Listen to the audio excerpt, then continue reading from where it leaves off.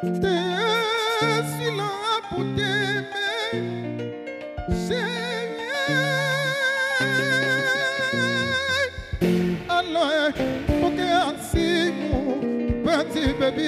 hello, nakupenda sana. Hello, mama, hello, wapi baby, mapenzi tamu.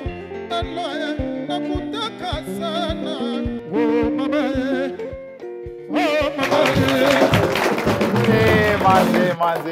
Manze. Asante sana for joining us for yet another classic episode of the Weekend Edition. I'm your host, Dr. Kingori. And this is that week where Kenyans got to learn one unique symptom ya watu wa Mesota. Ask a woman who has a salon or a man who has a kinyozi.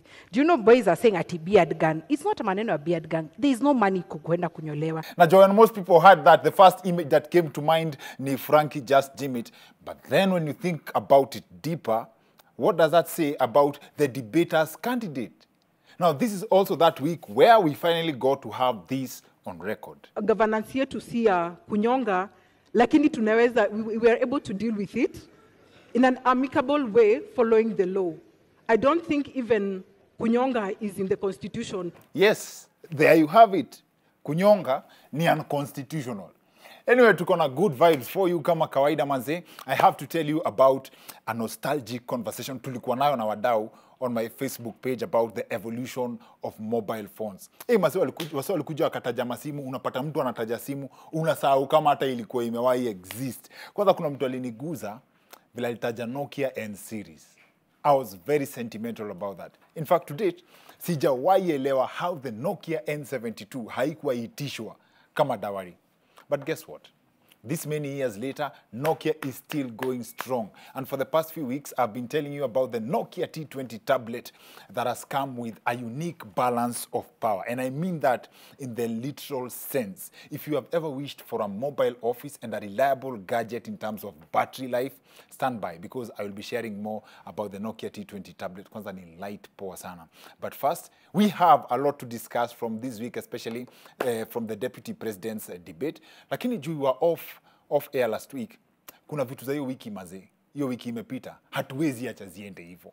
Especially the fact that it is the week that Kenyans were privy to footage of anti-riot police officers in Kisii training on how to deal with protesters ahead of the August 9th elections, you know? Just in case.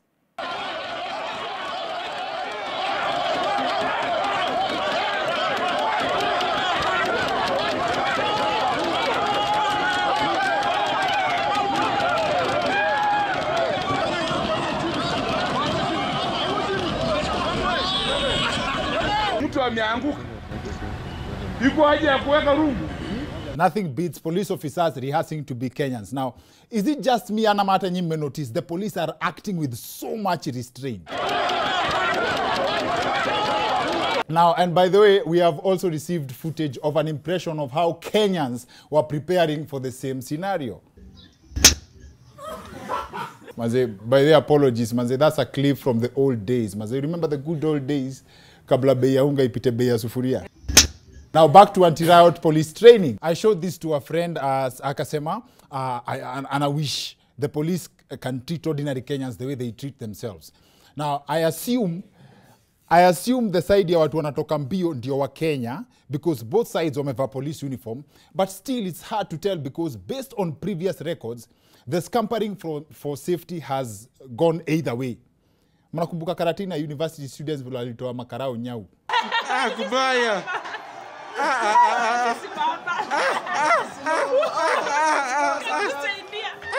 Now just to clarify, kwa polisi haitu kutoroka, tuliambiwa na Agi na Kwach inaitwa tactical retreat ama kutake cover. Kuna place new ingia mnaingia baridi. Daniel as police officers. Sisi ni courageous, sisi tunapita kila mahali. Hata nikitoka unyoa kido lazima ni rotate nikuje kuokoa. So kuna place lazima unaweza toka. Hiyo ni cover. Hiyo sio unaenda ndio uone vile kuko. Sikia. Ngoja nikuambie, kuna majina nafaa utumie Kingori, majina mzuri. Majina ya kazi. Hiyo inaitwa kutake cover. Ndio hata kama kuna kitu kingine ukutake utaungua tu kwa sababu ndio kuungua. Lazima utake cover ndio uko wengine. kunaenda hivyo. So that's actually the difference. First of all, you protect Why? yourself. Huyu mwenye anakulinda, if I don't protect myself, how am I going to protect you? So call it whatever you want, but I'm reliably informed that hao makara wako kwa hiyo video ya Karatina will take cover for good. Now, note, ni kutake cover, kutoroka ndio hii. Well, we're building up now to the final of the men's 100 meters. Oh, they're away, and Gatling got away brilliantly, and he's ahead of the field at the moment, and Bolt going very near. Comes Usain Bolt! Usain Bolt storming through, he takes it again, Blake gets The release of that footage has caused mixed reactions, with a section of Kenyans claiming that any training by the police should be done privately. That's how much Kenyans love surprises. But then come to think of it, imagine kuwatch mtu akipractice vile anataka kudeal na wewe. As in, niko sure kuna msee mtani alikuwa, wasee kujeni muone vile makarao wanataka kutuvaa hii elections. Maze this time watatupiga poa. Now, anyway, for me, it is these instructions. Mtu ameanguka. Iko haja ya kuweka rungu. In short, mtu akianguka usimguze. I am sure I have heard that phrase in the campaigns. Kusema hii manifesto imesema Rais Kenyatta atachunguzwa, sijui ataangaishwa. Hakuna mtu anaweza kuchunguza Rais Kenyatta ama kumwangaisha. Kwa sababu gani? Hatuna haja. Sisi hatutaonea mtu yeyote, na niko na habari kwa wapinzani wetu. Mimi nataka waelewe, tukichukua serikali, Mungu atujalie na wananchi wapende, tutawachunga kama Wakenya wengine. There you have it. Ule mtu ataanguka hataguzwa. Now, able to ongea about it easy now for a minute. I find something fishy about this thing. I think this is a strategy to blind the common mwananchi. Hata Rambo alikuwa na train kwa msitu. In fact, this is how most Kenyans expected the police are training for the riot. Sasa shida ya hii preparation yote ni ati tena ukifika kwa ground you may have to deal with things you are totally unprepared for.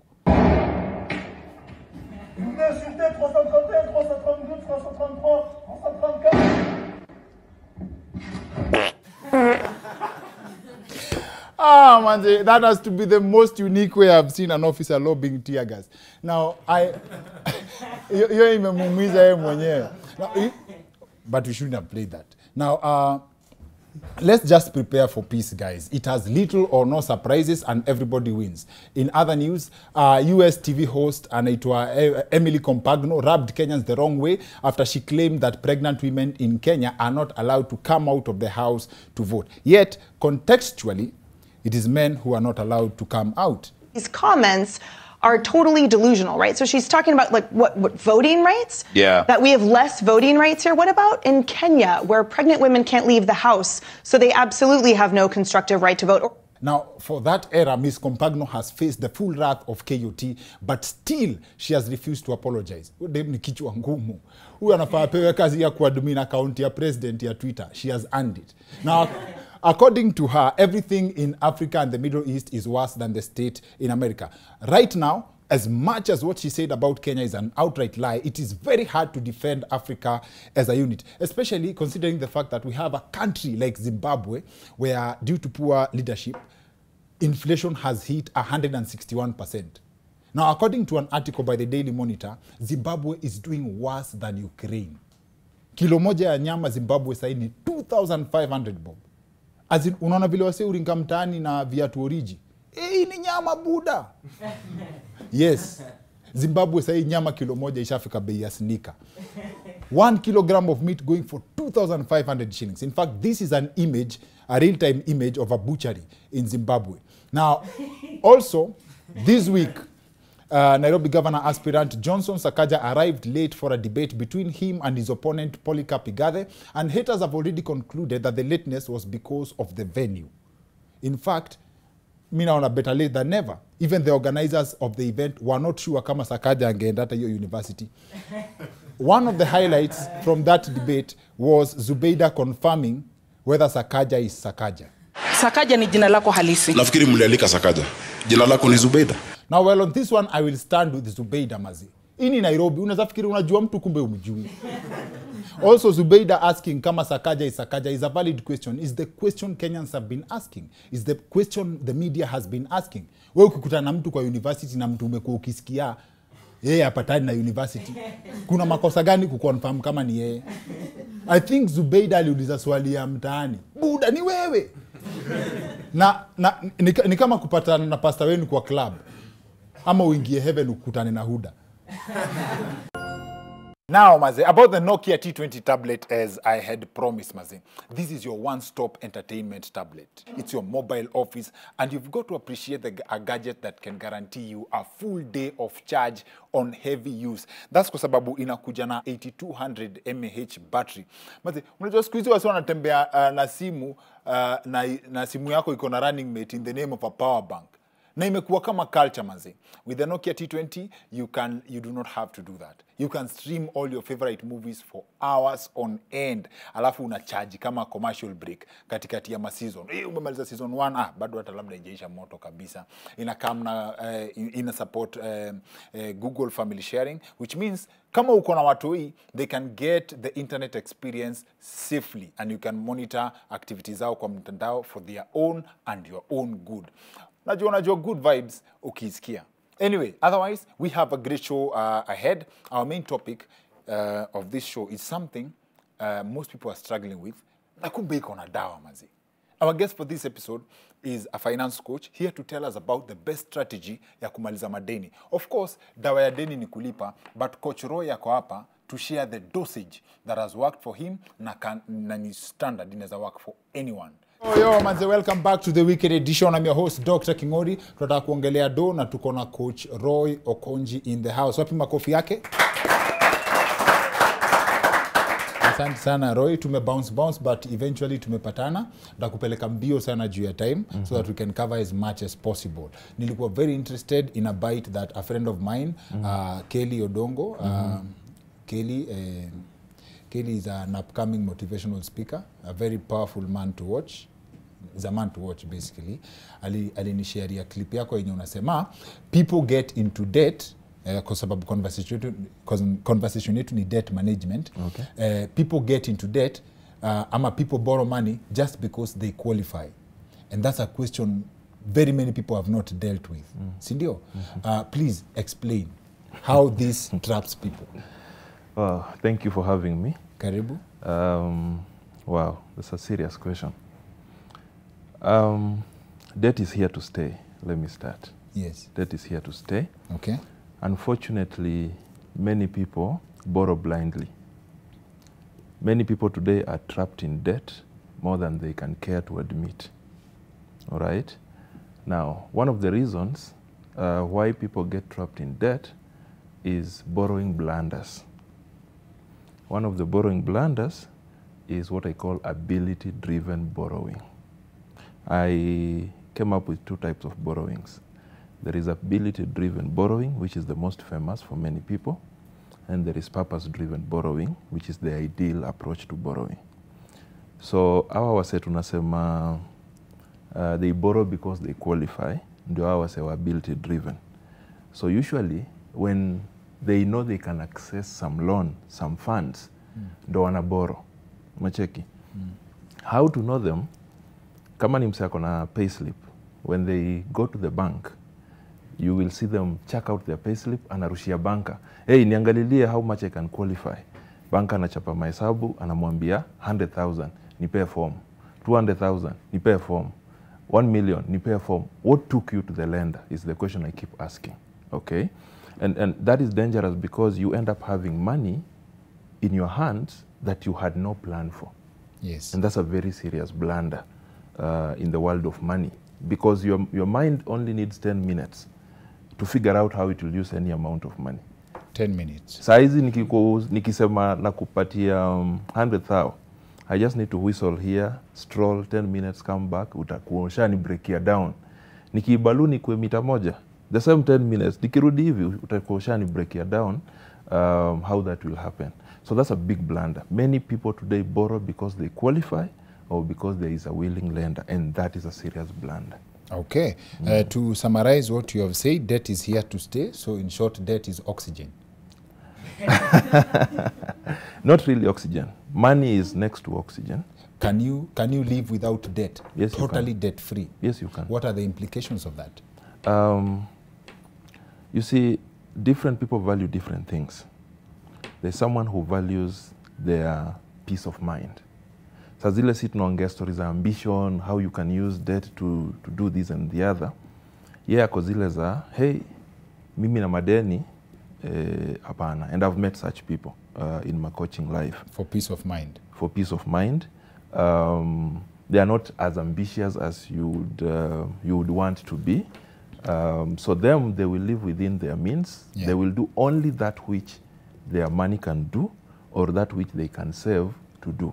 Okay. The only unfortunate thing is that sometimes some of what we call big ticket items may not be practical for you to save until you're able to acquire them.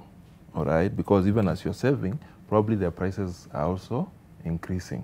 So probably you're just chasing air. Okay? You may never get an opportunity to save until ukona do kama ya hiyo. For example, building a house. Kama nyumba, yes. So maybe una target how ya hata 2 million. Na salo yako for example ni 50k for example. Alafu so uanze kusave. Tuseme tu una save 10k per month. Unaona hizo ni miezi ngapi utakuwa umesave ndo ifike 2 million ya either kubai hiyo hao ama kujenga. You get. So what I usually say is that if you must use debt, then you need to learn how debt works. You need to master how debt works, right, before you swim into it. So unfortunately, wase wengi huchoma vidole, sometimes even for very good intentions. Kuna msee anaweza chukua loan for example ya kujenga nyumba.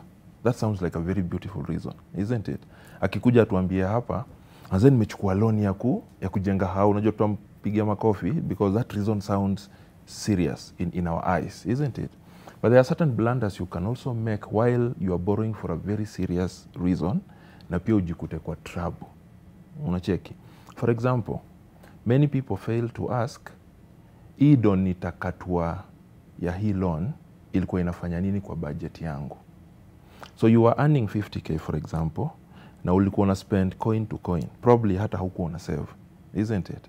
Now, you have been told you can qualify for a loan that will be paid at, say, 15,000 per month. Wewe umeona umequalify, sivyo? Then you borrow that loan and you've not asked yourself, what was the 15k doing? So many people will go even for the mortgage. Wapate hao, wamefurahi. It looks like a very brilliant idea, waingie. Then they forgot to ask themselves how they will survive post the borrowing, when deductions are loaded.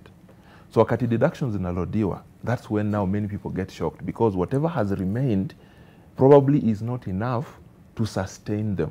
So unapata mse kama huyo amejikuta sasa kwa borrowing from Shylocks na vitu kaa hizo because asha exhaust limit yake kwa mainstream lenders. So inabidi ndio run life yake ajikute kwa ile world ingine. You get? So then ile world ingine ni expensive, sivyo? Now you become a perennial borrower of short-term debt because now you constantly have a deficit. So huyu mse anaanza kuchoma vidole because every month anaenda akikuwa deeper and deeper into the mess of borrowing. Yet the original intention was very good, very, very good. So those are some of the things we just need to think about. What do you say about the spirit here, if you perish, you perish? My friend.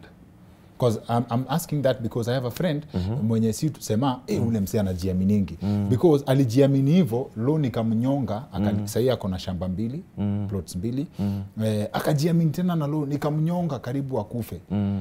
He paid up his car. So inakuwa sawa ni fear confidence ndio. So what about the people who go na hiyo if you perish you perish, you borrow unafanya kitu unataka kesi baadaye tukutane after 4 years? Wow. Inaweza enda both ways. Kuna wale watu wa if you perish you perish, but vitu wanafanya ni vitu ziko na likelihood ya kuwajenga. Okay, na kuna wase wa if you perish you perish na vitu wanafanya ni za kutesa. Okay, so kuna msewa if you perish na anachukua consumer debt. Consumer debt ni debt ya kutesa, debt ya kubai unga, hizo story. So you see, when you borrow for consumption, you are telling the world two things. One is that you're not able to live within your means. Then two, you are eating your tomorrow today. Na wase wengi sana wanakula kesho yao leo. Unacheki before end month come, kuna wase wengi sana wako zile za boss ni sort, salo ikikam nitakusort. Unaget? So they are eating that salary. Remember, that salary is supposed to come and take care of them for the coming period. But sasa before it come, wase wanakuwa washaimaliza. That's why I have also said that these days, payday is one of the most stressful days for many people. A long time ago, payday used to be a very beautiful day. People used to look forward to payday. Salo itakam lini, because lives used to change on payday. Food data ilikuwa ina change. Okay, kuna wase nyama kwao inapatikana payday, vitu kaa hizo. But I wanted to help me to check. These days, payday is usually one of the most stressful days. Kwizo mahesabu ndo wase wanachapa. Everyone has converted themselves into accountants. Wajua ingia klasi ya CPA. But hiyo siku ndo kila msee ameshika kalamu na karatasi, vitu mahesabu hazingiani. Na una msee ameandika list ya wale watu waliambia, salo ikikam nitakusort. So amechora hiyo list, So akipiga hesabu total imeshinda salo imekam. Na una huyo msee akirudi juu anaanza kupunguza. Mazeni wapatia half. Anachapa total, inakataa. Huyo msee anarudi anaanza kurationalize. Naze I think huyu msee anaweza kubali nisimpee hii month, nimpatie next month. So alafu anasema lakini Johnny hawezi kubali. Johnny yake lazima alipwe yote. Unacheki? So those are the calculations that are going on in people's minds. Juu walikula hiyo kesho leo. Unaget? So msee kama huyo ni kaende lakini unaona sasa kanaenda wapi? Kujifix kabisa. Alafu kuna huyu msee wa ka investment. Ameangalia, akajifunika macho, akasema kaende, akaenda hivyo. Inategemea na circumstances zake. Kwa kitu kakijipa anaweza kama amalize kulipa. Mwingine kanaweza kaende isijipe, hiyo loan pia imnyonge, na imnyonge sasa ya ukweli. Unacheki wako ilimnyonga ikamwachilia. Sasa kuna mwingine inamnyonga ya ukweli. Tuachane na hiyo jina kunyonga. So, na how does one escape that trap? The trap of debt. Yeah. Wow. It's a process. Especially mtu ashajifix. Kuna jamaa anaitwa Dave Ramsey, niliangalia one of his sciences and people dispute this a lot, ni the debt avalanche. Yes. Sijui kama debt avalanche ni ile unaangalia deni kubwa unanok hizo zote kwanza, ama unanok kidogo hizi ndogo mpaka ufike kubwa. What's the most effective way to get out? Before nikuja hapo, and Dave is a great guy kwa hizo conversations zetu, but very disputed. Of course, lazima utakuwa na controversy hapa na pale kidogo. Yes. Now, first, breaking free from the trap of debt is a process. I came up with a formula, naita ADSA 4-stage approach to breaking free from the trap of debt. ADSA. ADSA. Okay. The first A is acceptance. You can never solve a problem whose existence you still deny. So ukipata msee ambaye you're still borrowing to make a statement, you're still in denial. You're still borrowing so that they can see, you're still in denial. You're still blaming others for where you are, you're still in denial. So the starting point is for you to accept that you are responsible for what has happened to you. That you are the best person to make amends, if any. That it is going to be a journey, it is doable. For people like us, ukisikia nikikwambia it is doable, please believe it's doable. Some of us would not even have moral authority to speak about this. But here we are, coaching and teaching and telling people about this. Because I have lived in that trap myself. Mara nyingi nimesema kwa limelight, I'm still looking for my match in terms of financial recklessness. Mimi nilinasua na hii kitu mpaka depths zile unimaginable. By the time I was starting to work on myself, I was owing not 10, not 20, not 30, not 50. There are records. I was owing a record 86 lenders. If you can beat that record, tunaweza kunywa coffee. 86 lenders? Yes, 86 lenders. Okay. So the journey of breaking Baka wale wa kucall mother-in-law. What? All right, so the first A is acceptance. The D is disclosure. You cannot effectively climb out of a hole if you don't take a moment to appreciate the depth of the hole. So hii step ya pili ndo ile homework mi upeana. And a home, kaa chini na kalamu na karatasi, do a list of everyone you owe. Bank, institutions zingine, circles, what have you, individuals, hadi airtime advance. That's part of your debt. That's very specific. Okay. Pia promising to marry someone is a debt. So that is D. Most times I realized the average person is not comfortable doing a list of the people they owe. Tunaweza andika list ya pesa tunatarajia, list ya investment tunataka kufanya, but we forget to do a list of the people we owe. So ukiandika hiyo list, most times it shocks people. Most times mse huanza kujiongelesha. So wakati nilifanya disclosure yangu is the day I had received a trophy. By the way, I'm the only award-winning borrower this side of the world. I hold a very expensive trophy. Award-winning? Yes. Okay. I hold a very expensive trophy that was given to me by one of my Shylocks for being the most trustworthy borrower and for continued business. If you know who Shylocks are, I leave it to you to imagine Shylock mgani na akili mzuri anaweza amua kuinvest, kuspend dough ya job kuaward mse. Okay. So I leave it to you to imagine how much business I've given them. But the day I did my list and I saw 86, that is the day macho yangu sa ilianza, we boss, sijai imagine niko kwa mess, kwa ngori kiasi hii. Because usually the average eye will rush to the big numbers. Ukiuliza mse, uko na madeni ngapi? Mse ukumbuka, ile kubwa kubwa. But go home and do a list. Many times you'll be shocked. So that is the D. Then there is the S. Now the strategy, the strategic stage. Ukishaona hiyo list, so what? Where do you start from? Na hapo ndo hiyo swali yako saa inaingililia. Now at the strategic stage, we don't have a one-size-fit-all kind of solution, all right? Because different people are surrounded by different circumstances. So, and that's now what I do at the debt clinic when I sit one-on-one with you to get to know how your circumstances look like. But now for purposes of this conversation, kuna vitu kadhaa mse anaweza fanya. For example, you can reach out to your lenders.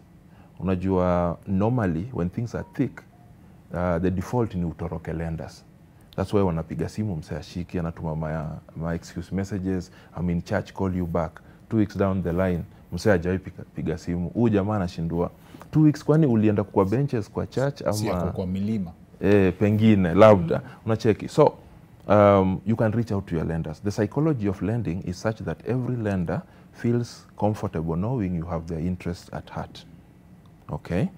Then as you reach out to them, you can choose to renegotiate the terms of your debt. Depending na venye situation yako imechange, na depending pia who lender ni nani, maybe before you were able to repay at 10,000, whichever loan. Saizi situation imekuwa tight, pengine salary imereduce ama umelose job. Una reach out, una explain hizo story. Maybe leo uko only able to pay 4,000. Reach out and say, hey, najua unatarajia 10K, but I'm only able to do 4. Nitume ama, you'll be surprised many lenders will encourage you to send, tuendeleange kuongea at least kakitu kakikam. Who wants their money to be out for forever? Another thing you can do is to look at your budget. Check your budget. You ask yourself, where does my money go? Wase wengi wajuangi pesa yao huenda wapi? That's the most difficult question. In the world of money, the biggest challenge usually is not even making money. Wase wengi ujaribu kumake dough. But shida kubwa ya utokea, can you control where your money will go? So ukijikuta kwa ngori ya madeni, one of the things you can do is to also monitor how you've been spending money. Through that, you might discover kuna vitu unaweza pause. Useme, hey, wacha hii tulie kwanza, ni deal na hii situation, nikimaliza, pengine nitaendelea nayo. Pengine nikauraibu fulani. Ama some things you might actually stop. Unaweza, ukiangalia venye umespend dough, unaweza sema, mazee, wacha basi itoshe. Sana sana tujakava wale wasi hawana job. Alafu unapata text ya you qualify for this much. utalala njaa na unaona you qualify for 2,000. Like seriously, that's a very hard decision to make. Yes, sure, it's a very hard makes decision. it even easier kuliko kucall msee, nisaidie na thao hapo na unaweza qualify for 5,000. How do you rise above such a temptation? Can we set that up for the next conversation? I think so. Inaweza ama iwezi? Wazi, asante sana for coming. Asante sana. Asante sana. Thank you. Asante sana. That's it for the weekend edition. See you next week. My name is Dr. Kingori.